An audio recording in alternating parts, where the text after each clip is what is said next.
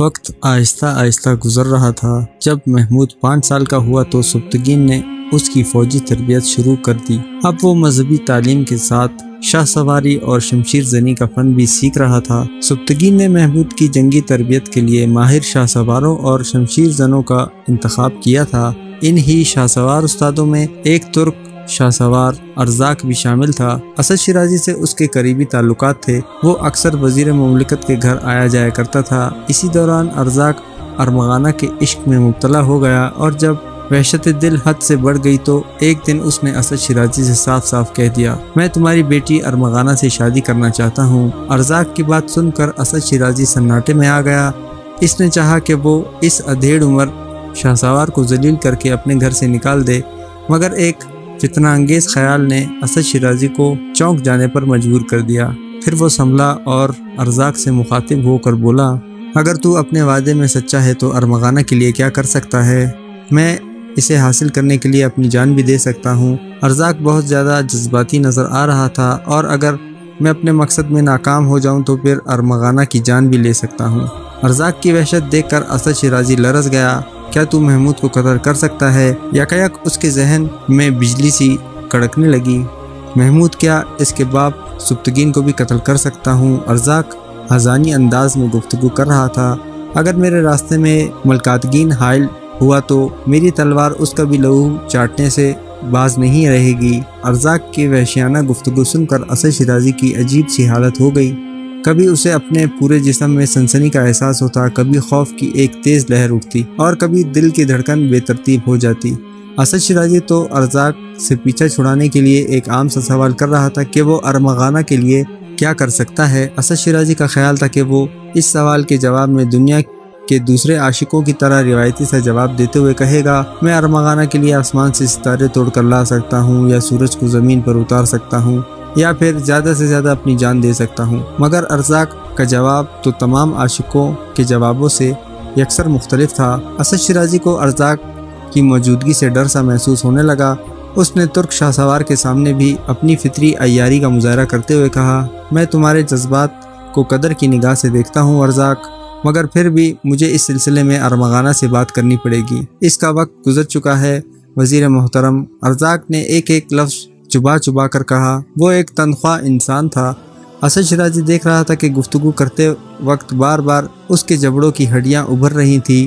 اگر آج میں آپ پر اپنی فطرت ظاہر کر دوں تو زیادہ مناسب ہوگا، ارزاق نے خلاف آداب اونچی آواز میں کہا۔ ایسا لگتا تھا جیسے وہ غزنی کے وزیر مملکت سے نہیں، کسی کمزور حیثیت کے ایک عام انسان سے مخاطب ہو۔ میری 2 عادتیں ہیں، ایک یہ کہ اپنی خواہشات کے سلسلے میں انکار سننے کا عادی نہیں ہوں، دوسری یہ کہ جس چیز کو میں چاہتا ہوں حاصل کر کے رہتا ہوں، اور اگر کسی وجہ سے چیز میری ذاتی ملکیت نہیں بن سکی تو میں اس چیز کو نیست و نابود کر دیتا ہوں۔ اب بھی اگر آپ ارمغانہ سے گفتگو ضروری سمجھتے ہیں تو شوق سے کیجیے۔ یہ کہہ کر ارزاق اٹھا اور بے تکلفانہ انداز میں اسد شیرازی سے مصافحہ کر کے چلا گیا۔ اسد شیرازی کو سکتہ سا ہو گیا تھا۔ وہ سوچ بھی نہیں سکتا تھا کہ اس کی زندگی میں ایک ایسا نازک موڑ بھی آ سکتا ہے۔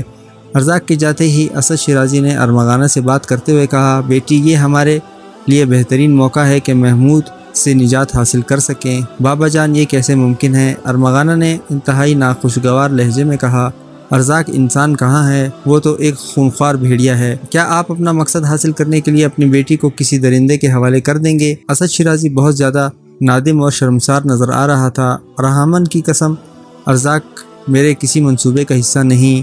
اسد شیرازی نے بیٹی کے سامنے اپنی صفائی پیش کرتے ہوئے کہا، وہ تو ایک ناگہانی آفت کی طرح ہم پر نازل ہو گیا ہے۔ مجبوراً میں نے محمود کے قتل کی شرط عائد کر دی، ورنہ تجھے حاصل کرنے کے لیے اس کے ذہن میں بڑے خوفناک ارادے پرورش پا رہے تھے۔ ارمغانہ نے جب اپنے باپ کی زبانی ارزاق کی صفاکانہ گفتگو سنی تو اس کے پورے بدن میں بھی خوف و دہشت کی ایک تیز لہر دوڑ گئی۔ پھر کیا ہوگا بابا؟ یکایک ارمغانہ کا گل رنگ چہرہ کسی خزاں رسیدہ پتے کی مانند زرد پڑ گیا اور اس کی آنکھوں سے آنسو بہنے لگے۔ کیا آپ کے حلقہ دوستی میں ایسے درندے بھی رہتے ہیں؟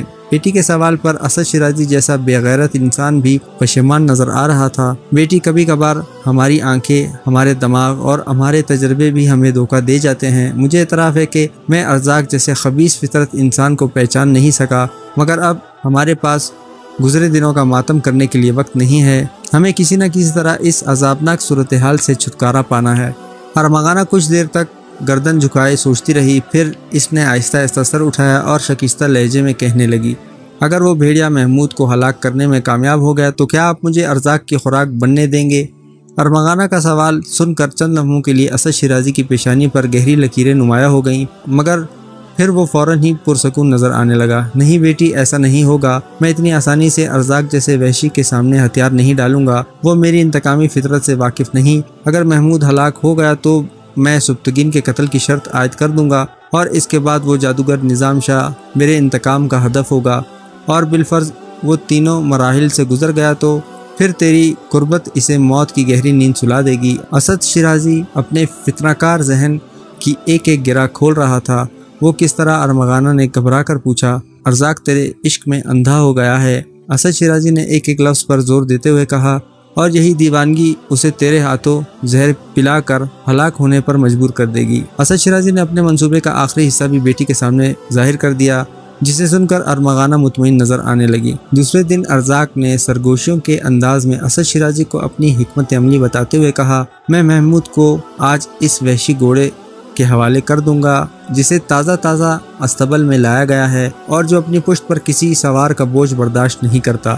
اسد شیرازی چونک کر ترک شاہ سوار کی طرف دیکھنے لگا جو اس کے اندازوں سے زیادہ ہوشیار نظر آ رہا تھا۔ اسد شیرازی ذہنی طور پر پریشان ہوتے ہوئے بھی اپنے خیالوں کی دنیا میں محمود کو گھوڑے کی پیٹھ سے گر کر زخمی ہوتے اور پھر سسک کر مرتے دیکھ رہا تھا، اور پھر یہ تصور اس کے لیے بڑا لذت انگیز تھا۔ تھوڑی دیر بعد ہی ارزاق اٹھ کر چلا گیا۔ جاتے وقت اسد شیرازی نے دیکھا اس کی چال میں عجیب سی لڑکڑاہٹ تھی اور آنکھوں میں حیوانی جذبوں کا رنگ نمایاں تھا۔ محمود شاہ سواری کی تربیت کے لیے غزنی کے مخصوص میدان میں پہنچ چکا تھا۔ ارزاق بڑی خاموشی اور رازداری سے استبل کی طرف بڑھا اور وحشی گھوڑے کو کھول کر میدان کی جانب جانے لگا۔ حیرت انگیز طور پر گھوڑے نے کسی قسم کی سرکشی کا مظاہرہ نہیں کیا، وہ چپ چاپ گردن جھکائے ارزاق کے پیچھے پیچھے چل رہا تھا۔ خود ارزاق کو بھی وحشی جانور کی اس حرکت پر بڑا تعجب تھا، مگر وہ یہ سوچ کر مطمئن ہو گیا کہ گھوڑا اس وقت بھٹکتا ہے جب اس کی پشت پر کوئی انسان سوار ہو۔ شاہ سواری کی تربیت گاہ میں پہنچ کر ارزاق نے محمود کو اپنے قریب آنے کا اشارہ کیا، پھر جیسے ہی محمود چند قدم آگے بڑھا، گھوڑا بری طرح بتکا اور دونوں پچھلی ٹانگوں پر سیدھا کھڑا ہو گیا۔ ارزاق گھوڑے کی اس استحاری حرکت کے لیے تیار نہیں تھا، نتیجتاً لگام اس کے ہاتھ سے چھوٹ گئی۔ ابھی وہ سنبھل بھی نہیں پایا تھا کہ گھوڑے کے دونوں اگلے سیم اس کے سینے پر پڑے اور وہ کسی کٹے ہوئے درخت کی مانند پیچھے کی طرف الٹ گیا۔ کئی پسلیاں ٹوٹ جانے کے سبب ارزاق کے سینے میں شدید تکلیف ہو رہی تھی، پھر بھی اس نے اٹھنے کی کوشش کی، مگر وحشی گھوڑے نے اسے سنبھلنے کا موقع نہیں دیا۔ ایسا لگتا تھا کہ جیسے گھوڑا پاگل ہو گیا ہے۔ وحشی جانور ارزاق پر بار بار حملے کر رہا تھا اور ارزاق تربیت گاہ میں دور کھڑے ہوئے ملازموں کو مدد کے لیے پکار رہا تھا۔ شاہی ملازم تیزی سے ارزاق کی طرف دوڑے، لیکن گھوڑے کی وحشت دیکھ کر کچھ فاصلے پر ٹھہر گئے۔ کسی میں اتنی ہمت نہیں تھی کہ وہ آگے بڑھتے ہوئے گھوڑے کی لگام پکڑ لیتا۔ مجبوراً وہ ارزاق کی دلخراش چیخیں سنتے رہے، یہاں تک کہ کچھ دیر بعد یہ چیخیں بھی بند ہو گئیں اور ارزاق کا لہو لوہان جسم بھی ساکت ہو گیا۔ پھر گھوڑے نے اپنی اگلی ٹانگیں اوپر اٹھائیں، انتہائی خوفناک انداز میں ہنہنایا اور فوجی تربیت گاہ کے دروازے کی طرف بھاگ کھڑا ہوا۔ گھوڑے کے جاتے ہی شاہی ملازمین ارزاق کے قریب پہنچے اور دہشت خوف سے انہوں نے اپنی آنکھیں بند کر لی۔ بڑا بھیانک منظر تھا۔ گھوڑے نے ارزاق کے سینے کی ہڈیاں توڑ دی تھی اور اس کے چہرے کو کئی جگہ سے تباہ کر ڈالا تھا۔ اپنے استاد کی دردناک موت دیکھ کر کمسن محمود رونے لگا۔ پھر یہ دہشتناک خبر سبتگین تک پہنچی تو وہ بدحواسی کے عالم میں بھاگتا ہوا تربیت گاہ کے اندر داخل ہوا اور جاتے ہی محمود کو اپنے سینے سے لگا کر پیار کرنے لگا۔ باپ کی آغوش میں پہنچتے ہی محمود کے آنسو رک گئے۔ کچھ دیر بعد سارے محل میں ارزاق کی ہلاکت کی اطلاع پہنچ چکی تھی۔ سبتگین اور اس کی بیوی کے کہنے پر غزنی کے تمام ضرورت مندوں میں صدقے تقسیم کیے گئے اور جگہ جگہ نماز شکرانہ ادا کی گئی۔ سبتگین نے یہ راز جاننے کی بہت کوشش کی کہ ارزاق جیسا ذہین شاہ سوار ایک وحشی گھوڑے کو تربیت گاہ میں لے کر کیوں آیا تھا۔ اس نے تربیت گاہ کے ملازمین سے بھی مختلف سوالات کیے، مگر کوئی بھی اس راز کے چہرے سے پردہ نہیں ہٹا سکا۔ شاہی محل میں صرف اسد شیرازی ہی ایک ایسا شخص تھا جو سبتگین کے تمام سوالوں کے جواب دے سکتا تھا۔ مگر وہ اپنی زبان کیوں کھولتا؟ اسے تو خوشی تھی کہ اس کی خوبصورت بیٹی ایک درندے کی خوراک بننے سے بچ گئی، لیکن اس کے ساتھ ہی ساتھ اسد شیرازی اداس بھی تھا کہ ایک بار پھر محمود کو کسی نادیدہ ہاتھ نے بچا لیا۔ ارزاق کی ناگہانی موت سے ارمغانہ کو ناقابل بیان خوشی حاصل ہوئی تھی۔ ترک شاہ سوار ارزاق صرف اپنی فطرت ہی سے نہیں بلکہ چہرے سے بھی ایک خونخوار انسان نظر آتا تھا۔ مختلف جنگیں لڑتے لڑتے اس کے چہرے پر تلواروں کے کئی بدنما داغ ابھر آئے تھے۔ مزید پتلے پتلے ہونٹوں، لمبی ناک، تنگ پیشانی اور چھوٹی چھوٹی آنکھوں نے اسے ایک بدصورت انسان بنا کر رکھ دیا تھا۔ پھر عمر میں بھی وہ تقریباً اسد شیرازی کے برابر تھا۔ اسی وجہ سے ارمغانہ ارزاق سے بے پناہ نفرت کرتی تھی، مگر جب اسد شیرازی نے اپنی بیٹی کے سامنے اپنا منصوبہ پیش کیا تو وہ اس شرمناک کھیل پر مجبور ہو گئی۔ پھر وقت نے اچانک ہی کروٹ لی اور شاہ سوار ارزاق ایک غیر متوقع حادثے کا شکار ہو کر مر گیا۔ ارزاق کی موت پر سب سے زیادہ خوشی ارمغانہ کو ہوئی تھی اور اس نے اپنے ان جذبات کو ظاہر کرتے ہوئے اسد شیرازی سے کہا، بابا جان، میری ذات پر ارحامن کا بڑا کرم ہے کہ اس نے مجھے ارزاق جیسے بھیڑیے سے بچا لیا۔ یہ کہتے کہتے ارمغانہ کی آنکھوں میں مسرتوں کی نئی لہر انگڑائیاں لینے لگیں۔ بے شک، مگر اس کے ساتھ ہی ہمارے گھر پر ارحامن کا عذاب بھی نازل ہو رہا ہے۔ اسد شیرازی کا لہجہ بہت اداس تھا۔ وہ کیسے بابا؟ ارمغانہ نے چونک کر کہا، اگر ارحامن ہم سے ناراض نہ ہوتا تو اب تک محمود ہلاک ہو چکا ہوتا۔ سبکتگین اور وہ جادوگر نظام شاہ کا نام سن کر اب ارمغانہ کو بھی ایک عجیب سا احساس ہونے لگا تھا۔ پہلی بار اس نے باپ کے جذبات کے خلاف اپنی زبان کھولی۔ اگر نظام شاہ اتنا ہی بڑا جادوگر ہے تو آپ اس کی ساحرانہ قوتوں سے بھرپور فائدہ کیوں نہیں اٹھاتے؟ بیٹی، میں نے اسے ہر قیمت پر خریدنے کی کوشش کی تھی، مگر وہ سوکھی روٹی کھانے والا انسان زر و جواہر کے لقمے کھانے پر آمادہ نہیں۔ پھر اسے اپنے راستے سے ہٹا دیجیے یا خود اس کے راستے سے ہٹ جائیے۔ ارمغانہ نے اپنے باپ کو مشورہ دیتے ہوئے کہا، میں اس کے راستے سے کیسے ہٹ جاؤں؟ مجھے اپنی شکست تسلیم نہیں۔ ہاں، یہ ممکن ہے کہ میں عنقریب اسے اپنے راستے سے ہٹا دوں۔ یہ کہتے کہتے اسد شیرازی کی عیار آنکھوں میں نفرت کے گہرے سائے لرزنے لگے۔ ارمغانہ نے عجیب سی نظروں سے باپ کی طرف دیکھا اور ایک شاہی تقریب میں شریک ہونے کی تیاری کرنے لگی۔ آج کل اسے اسد شیرازی کی یہی ہدایت تھی کہ وہ ان تقریبات میں زیادہ سے زیادہ نمایاں ہونے کی کوشش کرے۔ ارمغانہ پہلے ہی ایک بے پناہ حسین دوشیزہ تھی، پھر قیمتی ملبوسات کی آرائش نے اس کی دلکشی میں مزید اضافہ کر دیا تھا۔ اکثر ترکی سردار اور امراء ارمغانہ کو پسندیدہ نظروں سے دیکھتے تھے۔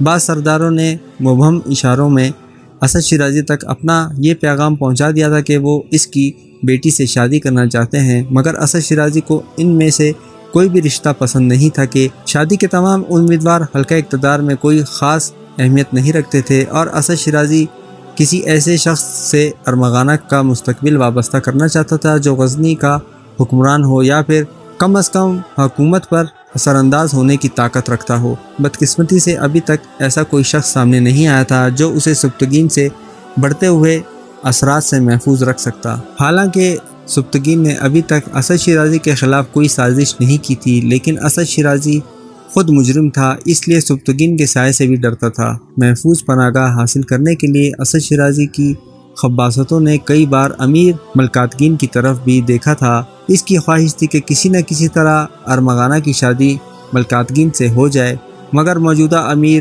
غزنی کا ایک نہایت پرہیزگار انسان تھا، اس لیے اسے کف و نشاط کی محفلوں اور خوبصورت عورتوں سے کوئی دلچسپی نہیں تھی۔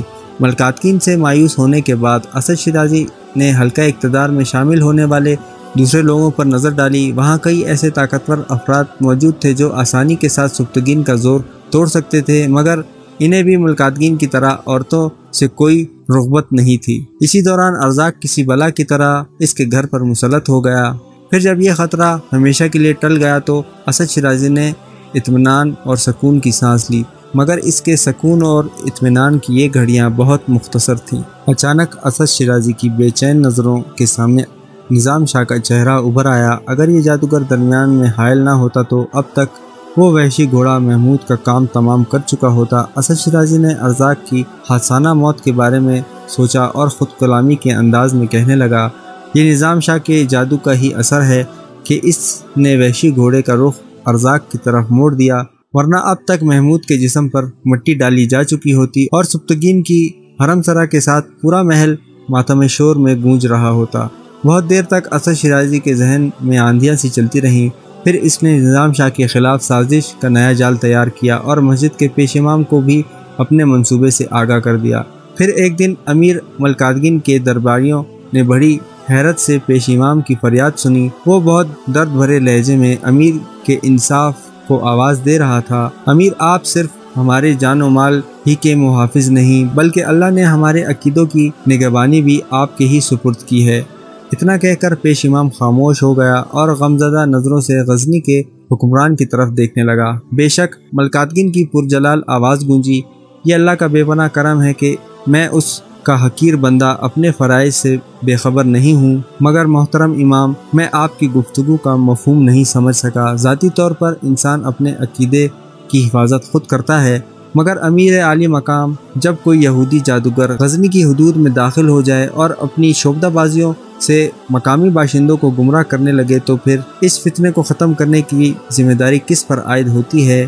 مسجد کے پیش امام نے بڑی ذہانت کے ساتھ اسد شیرازی کے منصوبے کو امیر ملکاتگین کے سامنے پیش کیا۔ یقیناً یہ ہماری ہی ذمہ داری ہے کہ ایک فتنے کو نیست و نابود کر دیں، مگر وہ یہودی جادوگر ہے کون جو ہمارے ہوتے ہوئے اتنی خاموشی کے ساتھ غزنی کی سرحدوں میں داخل ہو گیا ہے اور اللہ کے معصوم بندوں پر اپنی شعبدہ بازی کا ہنر آزما رہا ہے؟ اللہ گواہ ہے کہ ہم اتنی بے خبری کی نیند کبھی نہیں سوئے کہ یہودی قزاق ہمارے عقائد کی خیمہ گاہ پر شب خون مارنے لگے۔ امیر ملکاتگین کے باروب چہرے پر اچانک اداسی جھلکنے لگی۔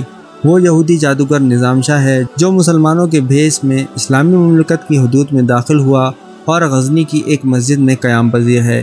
پیش امام کا لہجہ بہت جارحانہ تھا۔ اب وہی یہودی ساحر اپنی شعبدہ بازیوں سے غزنی کے سادہ لو انسانوں کو گمراہ کر رہا ہے۔ پورا دربار بڑی حیرانی سے پیش امام کا بیان سن رہا تھا۔ اس وقت دربار میں سبتگین بھی موجود تھا۔ جب اس سے پیش امام کی الزام تراشی برداشت نہیں ہوئی تو وہ اپنی نشست پر کھڑا ہو گیا اور ملکاتگین کو مخاطب کرتے ہوئے بولا، امیر محترم، یہ بڑی اذیتناک حرکت ہے کہ امام سیف الدین جیسے ذمہ دار شخص ایک سچے مسلمان پر یہودی ہونے کی تہمت لگا رہے ہیں۔ امیر نے پیش امام کی طرف سوالیہ نظروں سے دیکھا۔ امیر، میرا بیان کردہ ایک ایک حرف سچا اور آئینہ دار ہے امیر۔ پیش امام بڑی بے حسی کے ساتھ جھوٹ بول رہا تھا۔ غزنی کے سپہ سالار بھی نظام شاہ کی جادوگری کا شکار ہیں، اس لیے وہ ایک یہودی کو سچا مسلمان ثابت کرنے کی کوشش کر رہے ہیں۔ میں نے بار بار دیکھا ہے کہ وہ اپنے بیٹے محمود کو لے کر اس شعبدہ باز کے پاس جاتے ہیں اور شاید اپنے اسی عقیدے کے سبب نظام شاہ کو بچانے کی کوشش کر رہے ہیں۔ یہ درست ہے امیر محترم کہ میں کبھی کبھار نظام شاہ کی خدمت میں حاضر ہوتا ہوں اور اس کی دعاؤں سے فیض یاب ہوتا ہوں۔ پیش امام کے خاموش ہوتے ہی سبتگین نے بلند آواز میں کہا، اور یہ کوئی جرم نہیں، نظام شاہ ایک مرد کلندر ہے اور ان کی دعاؤں میں بڑی تاثیر ہے۔ اہل دربار کی حیرت بڑھتی جا رہی تھی۔ ان معزز لوگوں نے پہلی بار نظام شاہ کا نام سنا تھا اور انہیں یہ جان کر تعجب ہوا تھا کہ سبتگین جیسا اعلیٰ منصبدار بھی ایک گمنام شخص کے حلقہ عقیدت میں شامل تھا۔ امیر ملکاتگین نے بہت غور سے سبتگین کی گفتگو سنی اور پیش امام سیف الدین سے مخاطب ہو کر کہا، ہم سردار سبتگین کی گواہی کو ایک معتبر گواہی سمجھتے ہیں، پھر آپ کس بنیاد پر نظام شاہ کو یہودی جادوگر قرار دے رہے ہیں؟ امیر ذیشان پیش امام اسی اعتماد کے ساتھ بول رہا تھا۔ اسد شیرازی کی حمایت کے سبب سیف الدین کو یقین تھا کہ اس پر ذرا بھی آنچ نہیں آئے گی اور وہ اپنے مقصد میں کامیاب ہو جائے گا۔ میں کئی سال سے نظام شاہ کو دیکھ رہا ہوں، وہ ایک وقت کی نماز بھی نہیں پڑھتا۔ جب جماعت کھڑی ہوتی ہے تو وہ اٹھ کر باہر صحن میں چلا جاتا ہے۔ اس کے غیر شرعی عمل سے لوگوں کے ذہنوں میں وسوسے پیدا ہو رہے ہیں۔ یکایک پیش امام کا لہجہ بہت زیادہ تلخ ہو گیا تھا۔ وہ ترک نماز ہے اور اپنی اس کوتاہی کو چھپانے کے لیے شعبدہ بازیوں کا سہارا لیتا ہے، جس سے غزنی کے سادہ لو انسانوں کی آنکھیں خیراں ہو جاتی ہیں اور وہ فریب میں پڑ جاتے ہیں۔ امیر ملکاتگین کچھ دیر تک سوچتا رہا، پھر اس نے اپنے سپاہیوں کو حکم دیا کہ نظام شاہ کو اپنے ساتھ لا کر عدالت میں پیش کریں۔ وہ رات سبتگین پر بہت بھاری تھی۔ غزنی کا سپہ سالار شدید اضطراب کے عالم میں ساری رات جاگتا رہا۔ اس کا دل چاہ رہا تھا کہ وہ شاہی محل سے نکل کر نظام شاہ تک پہنچے اور انہیں سارے حالات سے باخبر کر دے، مگر امیر نے اسے حکم دیتے ہوئے کہا تھا کہ سبتگین، تم اس معاملے میں ذاتی طور پر مداخلت نہیں کرو گے، نظام شاہ کو اپنا مقدمہ خود پیش کرنے دو، اس پر مذہبی عقائد میں خلل ڈالنے کا سنگین الزام ہے۔ امیر کے اس حکم نے سبتگین کو زنجیریں پہنا دی تھیں۔ وہ اپنی بیچارگی پر اتنا شکستہ تھا کہ بار بار اس کی آنکھوں میں آنسو آ جاتے تھے۔ دوسری طرف اسد شیرازی کی خوشی ناقابل بیان تھی۔ وہ کیف و نشاط کے عالم میں مزید رنگ بھرنے کے لیے مسلسل شراب پی رہا تھا، اور مسجد کا امام سیف الدین سامنے بیٹھا وزیر مملکت کے نئے اشارے کا منتظر تھا۔ کہیں نظام شاہ کی جادوگری سے خوفزدہ نہ ہو جانا۔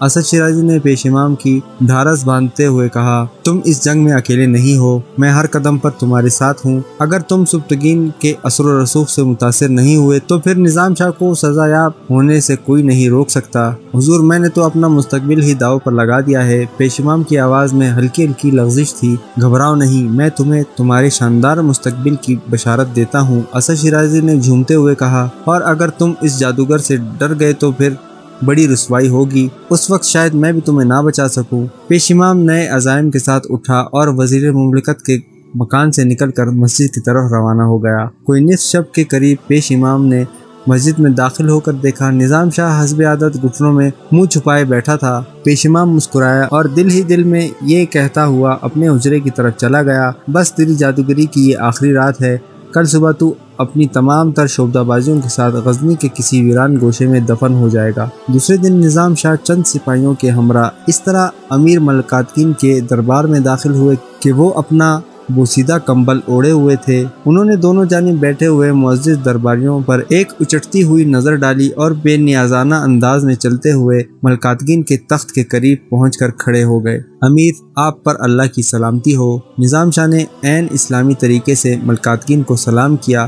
پورے دربار پر سناٹا چھایا ہوا تھا۔ اہل دربار نے پہلی بار ایک مرد قلندر کو دیکھا تھا جس نے امیر غزنی کے اقتدار کا کوئی تاثر قبول نہیں کیا تھا۔ تم پر بھی اللہ کی سلامتی ہو نظام شاہ، امیر نے سلام کا جواب دیتے ہوئے کہا۔ تم کون ہو، کہاں سے آئے ہو، کیا کرتے ہو؟ امیر نے ایک ہی سانس میں نظام شاہ سے کئی سوال کر ڈالے۔ امیر، میرا کوئی نسب نامہ نہیں۔ دربار میں نظام شاہ کی باروب آواز گونج رہی تھی۔ میرا کوئی خاندان نہیں، کوئی قبیلہ نہیں، میں صرف مسلمان ہوں، ترکستان سے آیا ہوں اور غزنی کی مسجد کے ایک گوشے میں چپ چاپ پڑا رہتا ہوں۔ نظام شاہ نے مختصر امیر کے سوالوں کا جواب دیتے ہوئے کہا۔ امیر کو نظام شاہ کی اس بے نیازانہ روش پر بڑی حیرت ہوئی تھی۔ تمہارا عقیدہ کیا ہے نظام شاہ؟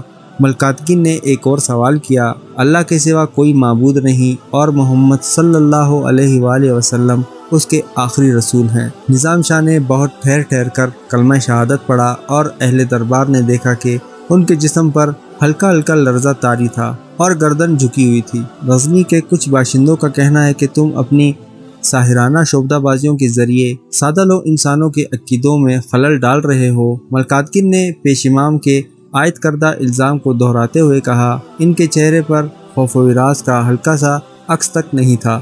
تم نماز کیوں نہیں پڑھتے؟ اب ملکاتگین کے لہجے میں ہلکی سی تلخی شامل ہو گئی تھی۔ یہ میرا ذاتی معاملہ ہے امیر، نظام شاہ نے ایک ایک لفظ پر زور دیتے ہوئے کہا۔ غزنی کے بہت سے لوگ نماز نہیں پڑھتے، پھر آپ انہیں بھی دربار میں طلب کر کے ان سے بھی میرے سامنے یہی سوال کیجئے۔ یہ کہتے ہوئے نظام شاہ نے اپنے دائیں بائیں مڑ کر عمرا کی صفوں پر نظر ڈالی۔ نظام شاہ کے اس عمل سے عمرا کی پیشانیاں شکنوں سے بھر گئیں۔ خود ملکاتگین کو بھی نظام شاہ کا یہ جواب پسند نہیں آیا تھا۔ ایک ترک نماز کو مسجد میں نہیں رہنا چاہیے۔ یکایک امیر کا لہجہ غضبناک ہو گیا تھا۔ مسجد کسی انسان کی ملکیت نہیں ہے، نظام شاہ نے بلند آواز میں کہا۔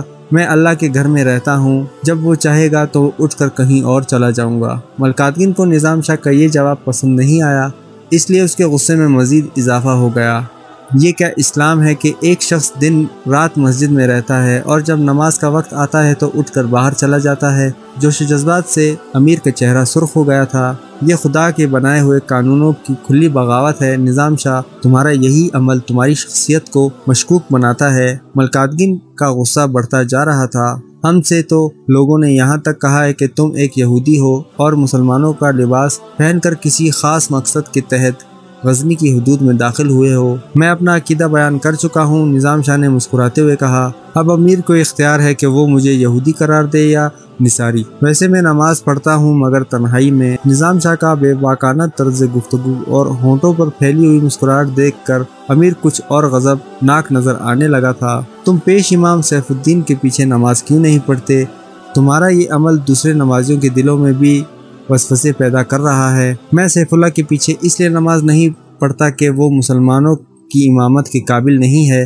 نظام شاہ نے اتنی بلند آواز میں کہا کہ پورا دربار گونجنے لگا۔ امیر کو چاہیے کہ امامت کے انتخاب میں تحقیق اور احتیاط سے کام کریں۔ نظام شاہ کی اس حقیقی بیانی نے درباری علماء اور دوسرے امیروں کو بھی اپنا دشمن بنا لیا، یہاں تک کہ ملکاتگین نے نظام شاہ کے خلاف اپنا فیصلہ سناتے ہوئے کہا، یہ شخص انتہائی بے ادب اور جاہل ہے، اس لیے میرا حکم ہے کہ اسے مسجد سے اٹھا کر غزنی کی سرحدوں کے باہر ڈال دیا جائے۔ ہم نہیں چاہتے کہ مقامی باشندوں پر اس گستاخ کا سایہ بھی پڑے اور اللہ کے سعادت دل بندے ایک بے عمل انسان کا چہرہ دیکھ کر کسی فریب میں مبتلا ہوں۔ پھر جیسے ہی ملکاتگین کے لفظ کی گونج ختم ہوئی، نظام شاہ بلند آواز میں بولے، امیر میں عام حالات میں آپ کے فیصلے کے سامنے اپنا سر خم کر دیتا، مگر آج میری مجبوریوں نے مجھے ہر طرف سے جکڑ رکھا ہے۔ معاف کیجیے، جب تک میں اپنا مقصد حاصل نہیں کر لیتا اس وقت تک غزنی چھوڑ کر کہیں نہیں جا سکتا۔ کیسا مقصد؟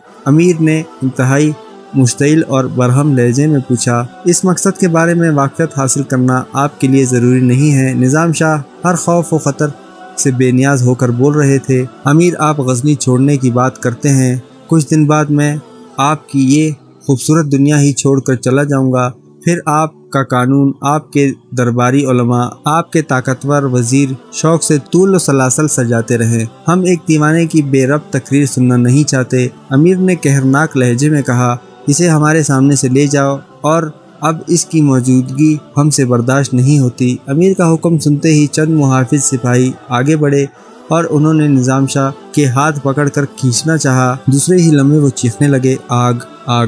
دربار میں ہلچل سی مچ گئی۔ اپنے ساتھیوں کو چیختا دیکھ کر کچھ اور سپاہی آگے بڑھے، مگر ان کا بھی وہی حشر ہوا۔ نظام شاہ کے جسم کو چھوتے ہی ان کے بدن میں آگ سی لگ جاتی اور وہ پاگلوں کی طرح اپنے کپڑے نوچ رہے تھے۔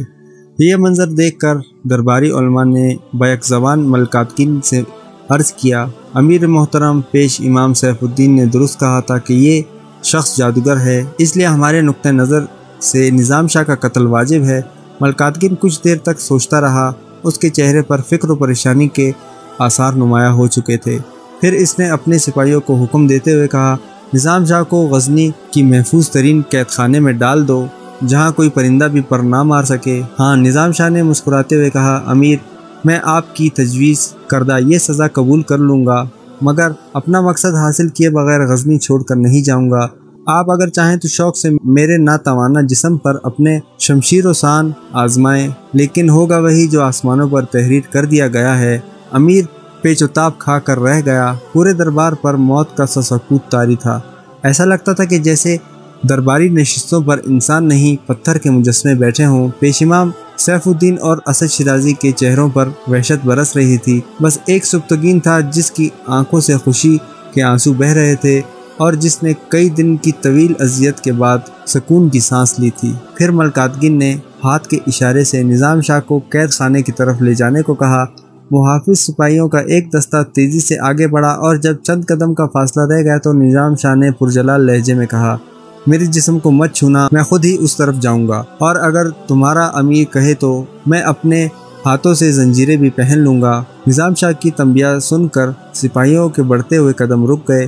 پھر یکایک نظام شاہ پلٹے اور سبتگین سے مخاطب ہو کر بولے، جب تمہاری بے قراری دل حد سے زیادہ بڑھ جائے تو تم اپنے بیٹے محمود کو لے کر زندان میں چلے آنا، خواہ اقتدار کے کتنے ہی سبتگین پہرے کیوں نہ ہوں، مگر وہاں تمہیں روکنے والا کوئی نہیں ہوگا۔ یہ کہہ کر نظام شاہ آہستہ آہستہ دروازے کی طرف بڑھے اور ملکاتگین کے دربار سے نکل کر اس قید خانے کی طرف چلنے لگے جو محل کے ایک سنسان گوشے میں خفیہ طور پر زیر زمین تعمیر کیا گیا تھا۔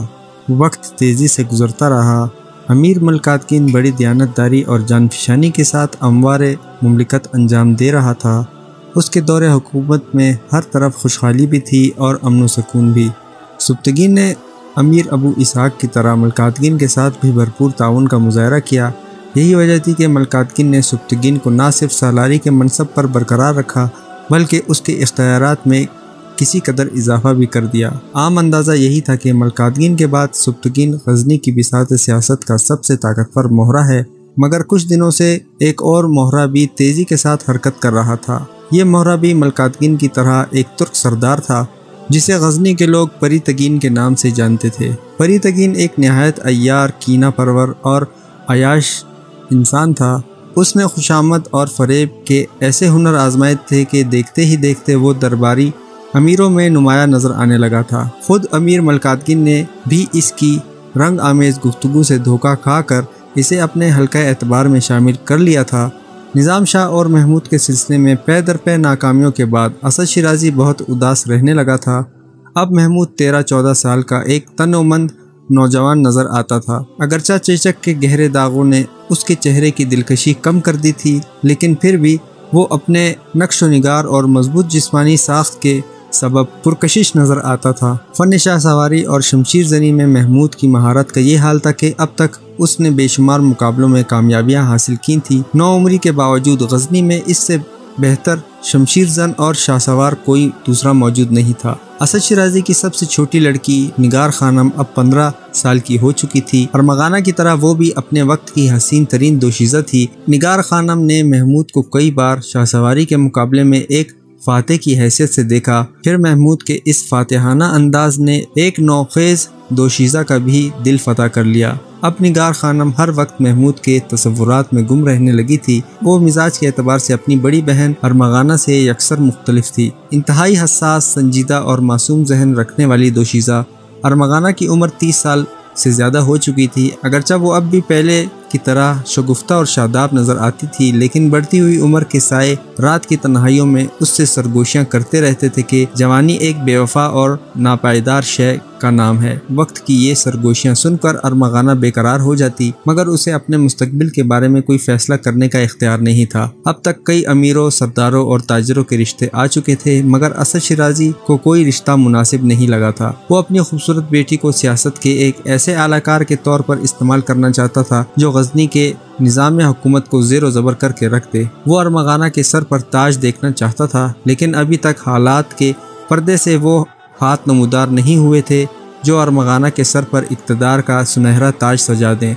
وہ حسب عادت روزانہ رات کو شراب پی کر مختلف ذائشے بناتا اور ستاروں کی رفتار دیکھتا رہتا، پھر ان تمام کاغذوں کو پھاڑ کر نظر آتش کر دیتا اور ہیزانی انداز میں چیخنے لگتا، ستارے خاموش کیوں ہیں، مجھے خبر کیوں نہیں دیتے۔